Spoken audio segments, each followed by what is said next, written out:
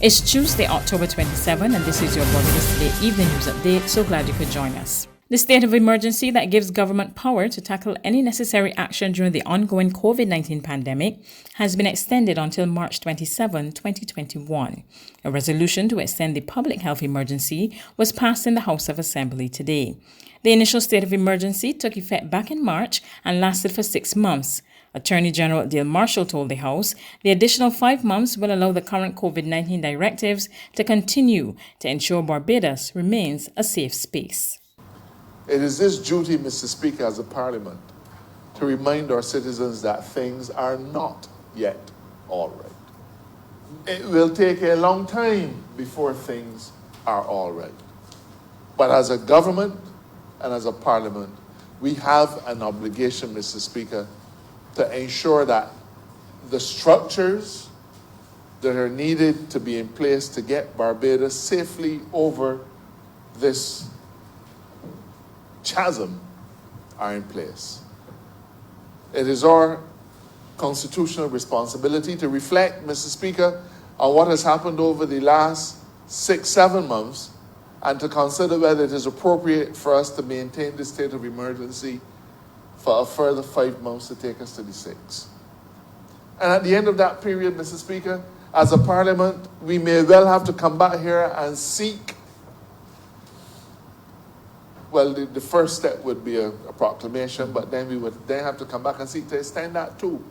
Meanwhile, the usual sessions in Parliament could take on a different shape. The House will soon introduce virtual meetings to allow lawmakers to observe physical distancing rules. A proclamation from Governor General Dame Sandra Mason and read today by Speaker of the House, Arthur Holder, said Parliament may be held with some members present in the chambers and others participating virtually.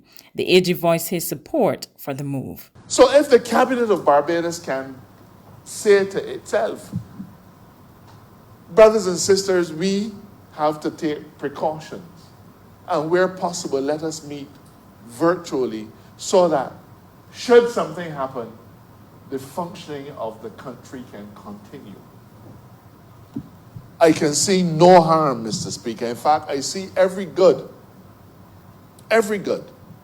with the Parliament of Barbados taking a similar stance. Opposition leader Bishop Joseph Adderley questioned the extension of the state of emergency and the move to hold virtual meetings of Parliament.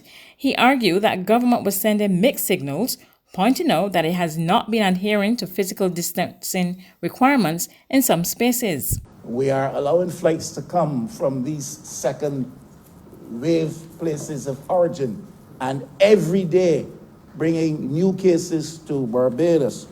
You were saying that? And it seems to me mixed signals are coming from the voice of the government. Now, fetting is ongoing and social events have been wrapped up. We're concerned about that. Cabinet, therefore, will be meeting virtually. Parliament would like to meet virtually. I've been seeing images of last weekend, Mr. Speaker, with some of the same voices in here. The embodiment of those voices were principles in hugging and fetting and celebrating without any thought for physical distancing. You have seen that, Mr. Speaker.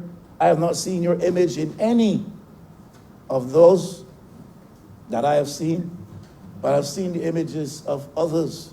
You can't stand and tell Barbados we have to keep our guard up. We must extend the state of emergency for 6 months, not 2 or 3 or 4 or 5, but 6. Can't stand and tell Barbados you're getting complacent because you're fetting again. And your social events represent situations where physical distancing is not being observed. In response to the concerns raised by Bishop Atherley, Minister of Health and Wellness Lieutenant Colonel Jeffrey Bostic maintains government could not keep the country on lockdown, warning it would do more harm than good. He assured government is on top of the situation to keep the country safe. The notion of not allowing flights in is one that in itself can result in consequences that are worse than the public health emergency itself. And I am saying that to Barbadians that what we have here is a situation that, yes, we have about 233 or so cases, having done about 33,000 tests. And our strategy is to test and test and test, and we've been testing per capita more than most. The cases that we have are cases that we are more than capable of managing. Meanwhile, the Ministry of Health is about to ramp up its efforts to respond to COVID-19 with the use of technology. The first app, mobile app one, is something called BIMSafe, and that is the information gateway, the travel gateway, for inputting information, online forms, even the test results and so forth from persons coming in, health monitor and systems tracker. That is well on the way. The other one, BIMSafe Tracer, that is an anonymous contact tracer that will significantly enhance our capacity to be able to do contact tracing in this country. The third one, and very, very important one, is the BIMSafe Band. That's for geofencing, health monitor and symptoms, and that is a water-resistant, tamper-proof wristband, and we've ordered about 150,000 of those, because when we put that on you, if you're in quarantine, we will be able to monitor your movement. If you are restricted to a room in a hotel and you move out, we will know. If you try to take it off, we will know. And that gives a level of protection to this country that I think will make every single Barbadian feel safer than they do now.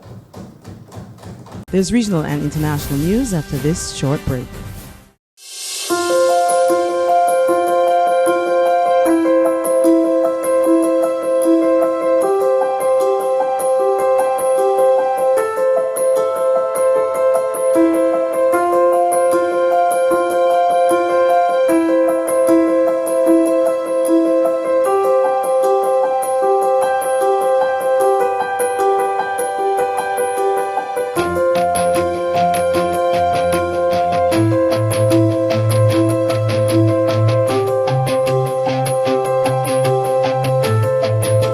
Barbados Today, news you can trust. To regional news now, Trinidad and Tobago nationals barred from returning home as a result of the COVID-19 pandemic have started to return to Port of Spain. More in this report from CCN TV6. A committee has been put in place and it is examining the best way to remove the travel exemption system, allowing for more nationals to return home. In the interim, the state continues with its accelerated repatriation process within the current constraints. Within the last 7 days, we have repatriated approximately 240 nationals from the United States, Miami and New York, and Barbados. On November 2nd, the country will be informed about the specifics of the exemption-free repatriation system, under which all returning nationals will be subject to quarantine. The repatriation process involves a 7-day quarantine at a quarantine center, followed by a 7-day quarantine at home. This process is ongoing given the percentage of persons in the repatriation process that have tested positive over the last week. Approximately 10% of repatriates have tested positive for COVID-19. On the international front, French officials said Tuesday that tougher restrictions are looming to counter an alarming surge in COVID-19 cases, even as doctors warn that many hospitals are just days away from being overrun with patients. We have this update from France 24. The French government is looking at different options to try to avoid having to put the entire country on lockdown. The first option, of course, would be to extend the current curfew that's established between 9 p.m. and 6 a.m. for 2 and 3 French people. They could extend it geographically or also time-wise. They could also decide to impose a lockdown, but only during weekends. And the third option would be to impose a lockdown on the entire country, as what happened back in March. They're doing so because the number of cases of COVID-19 diagnosed every day is increasing increasing exponentially, and they want to avoid hospitals being overwhelmed with patients. We know that there aren't enough beds in intensive care units. As of now, there are about 2,500 people in intensive care units for about 5,800 beds. Now, the health ministry has promised to increase the number of beds to 12,000, but we haven't seen any of it yet. And the situation is even more tense this time around because the entire country is now concerned by this COVID-19 pandemic, whereas back in March, only 2 to 3 regions were considered as COVID-19 hotspots, and transferring patients from one hospital to another at the time was still possible. That's news, but for the very latest, visit our website at www.barbadostoday.bb. You can also subscribe to our e-paper, email updates, or like us on Facebook, and sign up for our breaking news alerts via WhatsApp. We're also on Izumi Media and bus terminals, as well as screenplay at supermarkets and gas stations near you. You can also hear us on Mix 96.9 FM and Capital Media HD 99.3 FM.